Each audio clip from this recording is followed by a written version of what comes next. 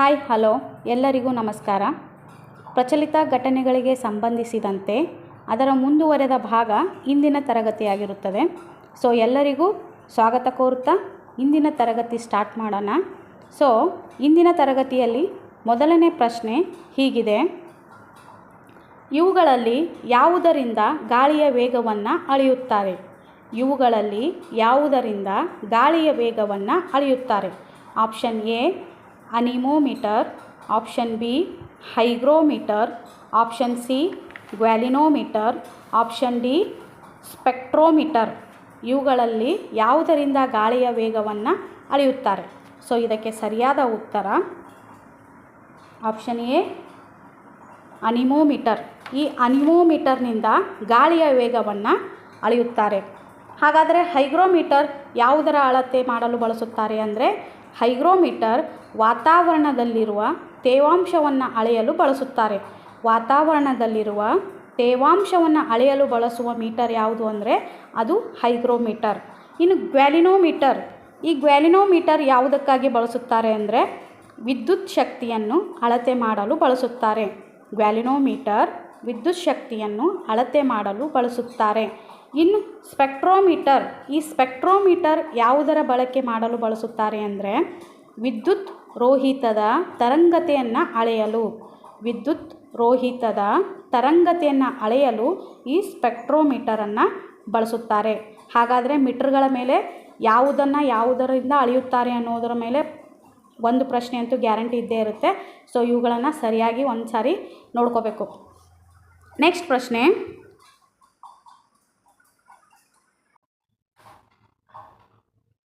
ಪ್ರಶ್ನೆ: ಸುವರ್ಣ ವಿಧಾನಸೌಧ ಕರ್ನಾಟಕದ ಯಾವ ಜಿಲ್ಲೆಯಲ್ಲಿದೆ? ಸುವರ್ಣ ವಿಧಾನಸೌಧ ಕರ್ನಾಟಕದ ಯಾವ ಜಿಲ್ಲೆಯಲ್ಲಿದೆ? Option A Dharwad, option B Belagavi, option C Bengaluru, option D Vijayapura. So Suvarna Vidhana Soudha ಕರ್ನಾಟಕದ ಯಾವ ಜಿಲ್ಲೆಯಲ್ಲಿದೆ? ಇದಕ್ಕೆ ಸರಿಯಾದ ಉತ್ತರ option B Belagavi. Option B Belagavi. ಈ ಸುವರ್ಣ ವಿಧಾನಸೌಧ 2012 ಅಕ್ಟೋಬರ್ 11ರಂದು ಈ ಸುವರ್ಣ ವಿಧಾನಸೌಧ 2012 ಅಕ್ಟೋಬರ್ 11ರಂದು ಪ್ರಣವ್ ಮುಖರ್ಜಿಯವರು ಉದ್ಘಾಟಿಸಿದರು. 2012 ಅಕ್ಟೋಬರ್ 11ರಂದು ಪ್ರಣವ್ ಮುಖರ್ಜಿಯವರು ಉದ್ಘಾಟಿಸಿದರು. ಇದು ಇಂಡೋ-ಗ್ರೀಕ್ ಶೈಲಿಯಲ್ಲಿ ನಿರ್ಮಿಸಿದ್ದಾರೆ. ಇದರ ವಾಸ್ತುಶಿಲ್ಪಿ ಯಾರು ಅಂದರೆ ಕೆ ಉದಯ್ ಅನ್ನೋರು ಇದರ ವಾಸ್ತುಶಿಲ್ಪಿಯಾಗಿದ್ದಾರೆ. ಹಾಗೂ ಈ ಬೆಳಗಾವಿ ಸುವರ್ಣ ವಿಧಾನಸೌಧದ ಧ್ಯೇಯವಾಕ್ಯ ಏನು ಅಂದರೆ ಕಾಯಕವೇ ಕೈಲಾಸ. ಕಾಯಕವೇ ಕೈಲಾಸ ಎಂಬುದು ಬೆಳಗಾವಿ ವಿಧಾನಸೌಧದ ಧ್ಯೇಯವಾಕ್ಯವಾಗಿ ನಾವು ನೋಡ್ಬೋದು. ಸೊ ಇಷ್ಟು ಬೆಳಗಾವಿ ಸುವರ್ಣ ವಿಧಾನಸೌಧದ ಬಗ್ಗೆ ಮಾಹಿತಿ. ಇನ್ನು ನೆಕ್ಸ್ಟ್ ಪ್ರಶ್ನೆ: ಯಾರನ್ನು ಭಾರತದ ಹಸಿರು ಕ್ರಾಂತಿಯ ಪಿತಾಮಹ ಎಂದು ಕರೆಯಲಾಗುತ್ತದೆ? ಯಾರನ್ನು ಭಾರತದ ಹಸಿರು ಕ್ರಾಂತಿಯ ಪಿತಾಮಹ ಎಂದು ಕರೆಯಲಾಗುತ್ತದೆ? Option A Norman Borlaug, option B MS Swaminathan, option C Verghese Kurien, option D ಮೇಲಿನ ಯಾರೂ ಅಲ್ಲ. ಸೊ ಇದಕ್ಕೆ ಸರಿಯಾದ ಉತ್ತರ ಆಪ್ಷನ್ ಬಿ MS ಸ್ವಾಮಿನಾಥನ್. ಭಾರತದ ಹಸಿರು ಕ್ರಾಂತಿಯ ಪಿತಾಮಹ ಯಾರು ಅಂದರೆ MS ಸ್ವಾಮಿನಾಥನ್. ಹಾಗೆ ಕೇವಲ ಈ ಹಸಿರು ಕ್ರಾಂತಿಯ ಪಿತಾಮಹ ಯಾರು ಅಂತ ಹೇಳಿ ಕೊಟ್ಟರೆ, ಭಾರತದ ಬಿಟ್ಟು ಕೇವಲ ಹಸಿರು ಕ್ರಾಂತಿಯ ಪಿತಾಮಹ ಯಾರು ಅಂತ ಹೇಳಿ ಕೇಳಿದ್ರೆ ಅದು ನಾರ್ಮನ್ ಬೋರ್ಲಾಗ್. ಹಸಿರು ಕ್ರಾಂತಿಯ ಪಿತಾಮಹ ಯಾರು ಅಂದರೆ ನಾರ್ಮನ್ ಬೋರ್ಲಾಗ್. ಭಾರತದ ಹಸಿರು ಕ್ರಾಂತಿಯ ಪಿತಾಮಹ ಯಾರು ಅಂದರೆ ಅವರು MS ಸ್ವಾಮಿನಾಥನ್.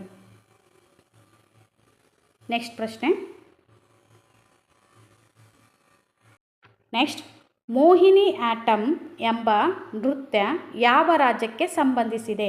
ಮೋಹಿನಿ ಆಟಮ್ ಎಂಬ ನೃತ್ಯ ಯಾವ ರಾಜ್ಯಕ್ಕೆ ಸಂಬಂಧಿಸಿದೆ? Option A Karnataka, option B Kerala, option C Tamil Nadu, option D Orissa. So ಈ ಪ್ರಶ್ನೆಗೆ ಸರಿಯಾದ ಉತ್ತರ ಆಪ್ಷನ್ ಬಿ ಕೇರಳ. ಮೋಹಿನಿ ಆಟ್ಟಂ ಕೇರಳ ರಾಜ್ಯದ ನೃತ್ಯ ಪ್ರಕಾರವಾಗಿದೆ. ಹಾಗಾದರೆ ನಮ್ಮ ಕರ್ನಾಟಕದ ಯಾವುದು? ಕರ್ನಾಟಕದ ನೃತ್ಯ ಪ್ರಕಾರ ಯಾವುದು ಅಂದರೆ ಯಕ್ಷಗಾನ. ಯಕ್ಷಗಾನ ಕರ್ನಾಟಕದು. ಇನ್ನು ತಮಿಳುನಾಡು ಯಾವುದು ಅಂದರೆ ಭರತನಾಟ್ಯ.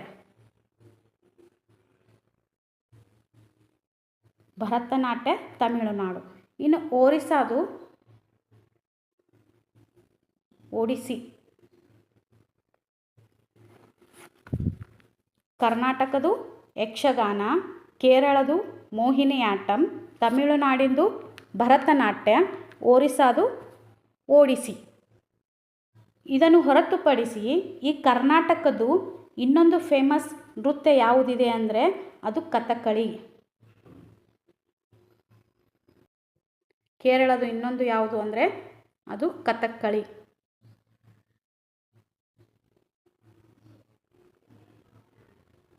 ಈ ಕಥಕ್ಕಳಿ ಅನ್ನೋದು ಕೂಡ ಕೇರಳ ರಾಜ್ಯದ ನೃತ್ಯವಾಗಿದೆ ಹಾಗೂ ಮೋಹಿನಿಯಾಟ್ಟಂ ಅನ್ನೋದು ಕೂಡ ಕೇರಳ ರಾಜ್ಯದ ನೃತ್ಯವಾಗಿದೆ. ಇದನ್ನು ಹೊರತುಪಡಿಸಿ ಅತಿ ಹೆಚ್ಚು ಬಾರಿ ರಿಪೀಟ್ ಆಗಿರುವಂಥ ಪ್ರಶ್ನೆ ಯಾವುದು ಅಂದರೆ ಆಂಧ್ರ ಪ್ರದೇಶದ ನೃತ್ಯ ಯಾವುದು ಅಂದರೆ ಅದು ಕೂಚಿಪುಡಿ.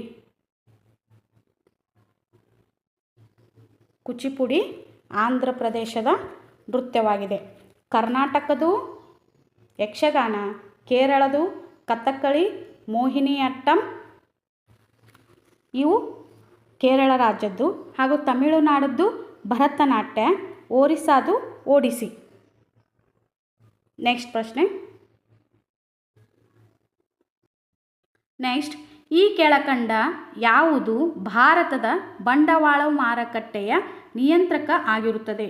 ಈ ಕೆಳಕಂಡ ಯಾವುದು ಭಾರತದ ಬಂಡವಾಳ ಮಾರುಕಟ್ಟೆಯ ನಿಯಂತ್ರಕ ಆಗಿರುತ್ತದೆ?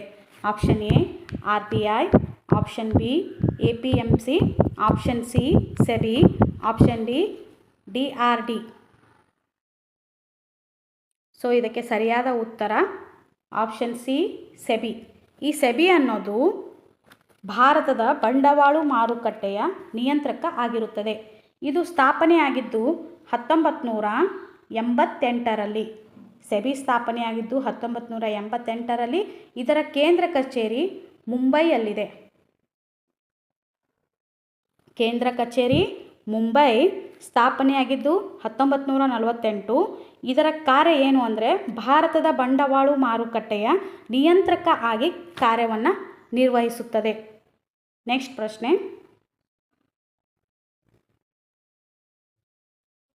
ಪ್ರಶ್ನೆ. ಕೆಳಗಿನವರಲ್ಲಿ ಯಾರು ಸತಿ ಪದ್ಧತಿ ನಿರ್ಮೂಲನೆಗೆ ಕೊಡುಗೆ ನೀಡಿದ್ದಾರೆ? ಸತಿ ಪದ್ಧತಿ ನಿರ್ಮೂಲನೆಗೆ ಕೊಡುಗೆ ನೀಡಿದ್ದಾರೆ? Option A Lord Cornwallis, option B Lord William Bentinck, option C Lord Dalhousie, option D Lord Ripon. So ಇದಕ್ಕೆ ಸರಿಯಾದ ಉತ್ತರ ಲಾರ್ಡ್ ವಿಲಿಯಂ ಬೆಂಟಿಕ್. ಅನ್ನೋದು ಸರಿಯಾದ ಉತ್ತರವಾಗಿದೆ. 1929ರಲ್ಲಿ ರಾಜಾರಾಮ್ ಮೋಹನ್ ರಾಯರು ಲಾರ್ಡ್ ಬೆಂಟಿಕ್ಕನ ಜೊತೆಗೂಡಿ ಸತಿ ಪದ್ಧತಿ ನಿರ್ಮೂಲನಾ ಕಾರ್ಯಕ್ರಮವನ್ನು ಜಾರಿಗೆ ತರ್ತಾರೆ. 1929ರಲ್ಲಿ ರಾಜಾರಾಮ್ ಮೋಹನ್ ರಾಯ್ ಅವರು ಲಾರ್ಡ್ ವಿಲಿಯಂ ಬೆಂಟಿಕ್ಕನ ಜೊತೆಗೂಡಿ ಸತಿ ಪದ್ಧತಿ ನಿರ್ಮೂಲನಾ ಕಾರ್ಯಕ್ರಮವನ್ನು ಜಾರಿಗೆ ತರ್ತಾರೆ. ಸೊ ಇನ್ನು ಲಾರ್ಡ್ ಕಾರ್ನ್ವಾಲಿಸ್,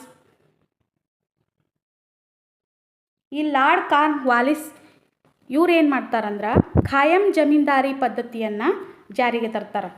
ಲಾರ್ಡ್ ಕಾರ್ನ್ವಾಲಿಸ್ ಏನು ಮಾಡ್ತಾರಂದರೆ ಖಾಯಂ ಜಮೀನ್ದಾರಿ ಪದ್ಧತಿಯನ್ನು ಜಾರಿಗೆ ತರ್ತಾರೆ. ನೆಕ್ಸ್ಟ್ ಲಾರ್ಡ್ ಡಾಲ್ ಹೌಸಿ ಅವರು ದತ್ತು ಮಕ್ಕಳಿಗೆ ಹಕ್ಕಿಲ್ಲ ಎಂಬ ನೀತಿಯನ್ನು ಜಾರಿಗೆ ತರ್ತಾರೆ. ಲಾರ್ಡ್ ಡಾಲ್ ಹೌಸಿ ದತ್ತು ಮಕ್ಕಳಿಗೆ ಹಕ್ಕಿಲ್ಲ ಎಂಬ ನೀತಿಯನ್ನು ಜಾರಿಗೆ ತರ್ತಾರೆ. ನೆಕ್ಸ್ಟ್ ಲಾರ್ಡ್ ರಿಪ್ಪನ್ನನ್ನು ನಾವು ಸ್ಥಳೀಯ ಸರ್ಕಾರಗಳ ಪಿತಾಮಹ ಅಂಥೇಳಿ ಕರಿತೀವಿ. ಇವರು ಸ್ಥಳೀಯ ಸರ್ಕಾರಗಳನ್ನು ಜಾರಿಗೆ ತರ್ತಾರೆ, ಹಾಗಾಗಿ ಇವರನ್ನು ಸ್ಥಳೀಯ ಸರ್ಕಾರಗಳ ಪಿತಾಮಹ ಅಂಥೇಳಿ ಲಾರ್ಡ್ ರಿಪ್ಪನ್ ಅವರನ್ನು ಕರಿತೀವಿ. ಸೊ ನೆಕ್ಸ್ಟ್ ಪ್ರಶ್ನೆ. ಭಾರತದಲ್ಲಿ IPS ಹುದ್ದೆಯನ್ನು ಅಲಂಕರಿಸಿದ ಮೊಟ್ಟ ಮೊದಲ ಮಹಿಳೆ ಯಾರು? ಭಾರತದಲ್ಲಿ IPS ಹುದ್ದೆಯನ್ನು ಅಲಂಕರಿಸಿದ ಮೊಟ್ಟ ಮೊದಲ ಮಹಿಳೆ ಯಾರು?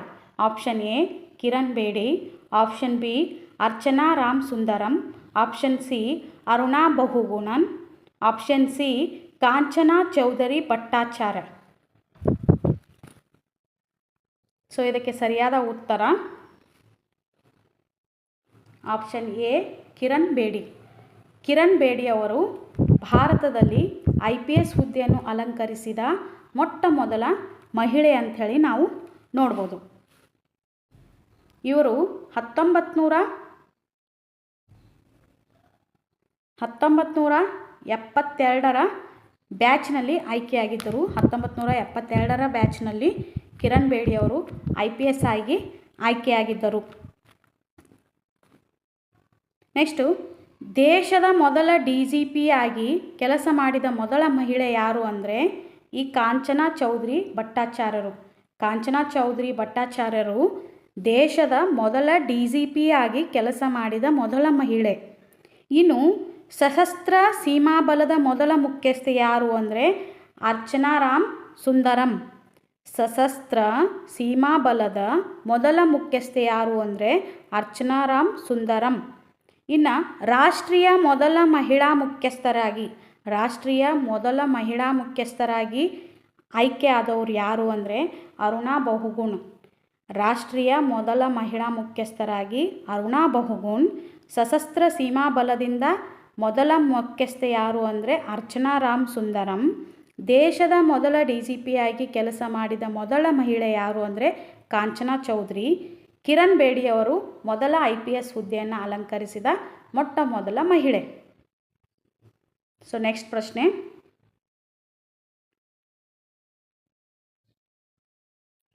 ಈ ಕೆಳಗಿನವರಲ್ಲಿ ಯಾರು ಮಾಡು ಇಲ್ಲವೇ ಮಡಿ ಎಂಬ ಘೋಷಣೆಯನ್ನು ನೀಡಿದರು? ಈ ಕೆಳಗಿನವರಲ್ಲಿ ಯಾರು ಮಾಡು ಇಲ್ಲವೇ ಮಡಿ ಎಂಬ ಘೋಷಣೆಯನ್ನು ನೀಡಿದರು? Option A Mahatma Gandhiji, option B Subhash Chandra Bose, option C Jawaharlal Nehru, option D Bhagat Singh. ಮಾಡು ಇಲ್ಲವೇ ಮಡಿ ಅಂಥೇಳಿ ಕರೆ ಕೊಟ್ಟವರು ಯಾರು ಅಂಥೇಳಿ ಪ್ರಶ್ನೆ ಇದೆ. ಸೊ ಇದಕ್ಕೆ ಸರಿಯಾದ ಉತ್ತರ ಆಪ್ಷನ್ ಎ ಮಹಾತ್ಮ ಗಾಂಧೀಜಿ. ಇದಕ್ಕೆ ಸರಿಯಾದ ಉತ್ತರ ಮಹಾತ್ಮ ಗಾಂಧೀಜಿ. ಮಹಾತ್ಮ ಗಾಂಧೀಜಿಯವರು 1942 ಆಗಸ್ಟ್ 8ರಂದು ಮಹಾತ್ಮ ಗಾಂಧೀಜಿಯವರು 1942 ಆಗಸ್ಟ್ 8ರಂದು ಕ್ವಿಟ್ ಇಂಡಿಯಾ ಚಳವಳಿ 1942 ಆಗಸ್ಟ್ 8ರಲ್ಲಿ ಈ ಕ್ವಿಟ್ ಇಂಡಿಯಾ ಚಳುವಳಿ ಕೈಗೊಳ್ತಾರೆ.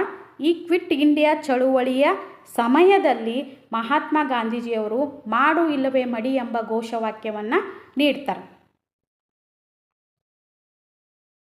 ಇನ್ನು ಸುಭಾಷ್ ಚಂದ್ರ ಬೋಸ್ ಅವರು ನನಗೆ ರಕ್ತವನ್ನು ಕೊಡಿ ನಾನು ನಿಮಗೆ ಸ್ವಾತಂತ್ರ್ಯ ಕೊಡುತ್ತೇನೆ, ನನಗೆ ರಕ್ತವನ್ನು ಕೊಡಿ ನಾನು ನಿಮಗೆ ಸ್ವಾತಂತ್ರ್ಯ ಕೊಡುತ್ತೇನೆ ಅಂಥೇಳಿ ಹೇಳಿದವರು ಯಾರು ಅಂದರೆ ಸುಭಾಷ್ ಚಂದ್ರ ಬೋಸ್ ಅವರು. ಇನ್ನು ಇಕ್ವಿಲಾಲ್ ಜಿಂದಾಬಾದ್ ಭಗತ್ ಸಿಂಗ್ ಅವರ ಘೋಷವಾಕ್ಯವಾಗಿದೆ. ಏನು? ಇಕ್ವಿಲಾಲ್ ಜಿಂದಾಬಾದ್ ಅನ್ನೋದು ಭಗತ್ ಸಿಂಗ್ ಅವರ ಘೋಷವಾಕ್ಯವಾಗಿದೆ. ಮಹಾತ್ಮ ಗಾಂಧೀಜಿಯವ್ರದ್ದು ಮಾಡು ಇಲ್ಲವೇ ಮಡಿ, ಸುಭಾಷ್ ಚಂದ್ರ ಬೋಸ್ ಅವ್ರದ್ದು ನನಗೆ ರಕ್ತವನ್ನು ಕೊಡಿ ನಾನು ನಿಮಗೆ ಸ್ವಾತಂತ್ರ್ಯವನ್ನು ಕೊಡುತ್ತೇನೆ, ಭಗತ್ ಸಿಂಗ್ ಅವರದ್ದು ಇಕ್ವಿಲಾಲ್ ಜಿಂದಾಬಾದ್ ಅನ್ನೋದು ಇವರ ಘೋಷವಾಕ್ಯವಾಗಿದೆ. ಸೊ ನೆಕ್ಸ್ಟ್ ಪ್ರಶ್ನೆ, ಭಾರತದ ಅತಿ ಚಿಕ್ಕ ರಾಜ್ಯ ಯಾವುದು? ಭಾರತದ ಅತಿ ಚಿಕ್ಕ ರಾಜ್ಯ ಯಾವುದು? Option A Sikkim, option B Goa, option C Tripura, option D Mizoram. ಭಾರತದ ಅತಿ ಚಿಕ್ಕ ರಾಜ್ಯ ಯಾವುದು? ಇದಕ್ಕೆ ಸರಿಯಾದ ಉತ್ತರ ಆಪ್ಷನ್ ಬಿ ಗೋವಾ. ನಾನು ಹೇಳ್ತಾ ಇರೋದು ವಿಸ್ತೀರ್ಣದಲ್ಲಿ. ಸೊ ವಿಸ್ತೀರ್ಣದಲ್ಲಿ ಭಾರತದ ಅತಿ ಚಿಕ್ಕ ರಾಜ್ಯ ಯಾವುದು ಅಂದರೆ ಅದು ಗೋವಾ. ಅದೇ ವಿಸ್ತೀರ್ಣದಲ್ಲಿ ಅತಿ ದೊಡ್ಡ ರಾಜ್ಯ ಯಾವುದು ಅಂದರೆ ಅದು ರಾಜಸ್ಥಾನ್.